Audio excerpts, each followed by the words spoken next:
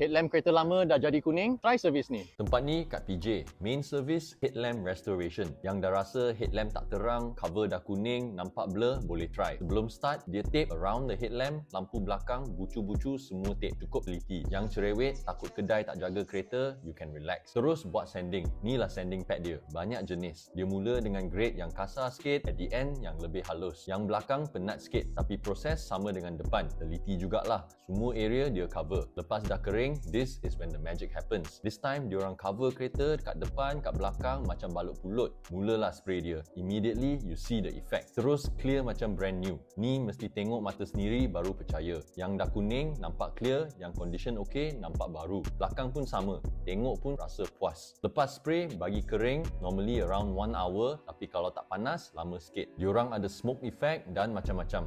I lebih suka clear effect. Nampak fresh. Harga bermula 120 one pair sampai 150 terpulang pada saiz. Warranty 1 tahun, so kita tengok tahan ke tak. Lepas siap, bos recommend buat detailing. Angkat package gold. Harga dia boleh tahan. What do you get? Car wash guna sabun Maguire's, cuci rim lebih teliti, watermark semua cermin dia bersihkan. Lepas tu guna clay gosok satu kereta untuk rasa smooth. Efek dia boleh rasa. Then they use a spray untuk bersihkan kesan tar dan kotoran lain. Celah pintu, celah boot, fuel cap semua dia berus. Satu kereta vacuum. Pintu dashboard semua dia guna spray cleaner. Lastly, spray ni untuk efek water beading. So, rasa worth it? Kereta ni tak payahlah buat detailing beratus-ratus. Ni waktu operasi dia, nak buat appointment, call nombor ni.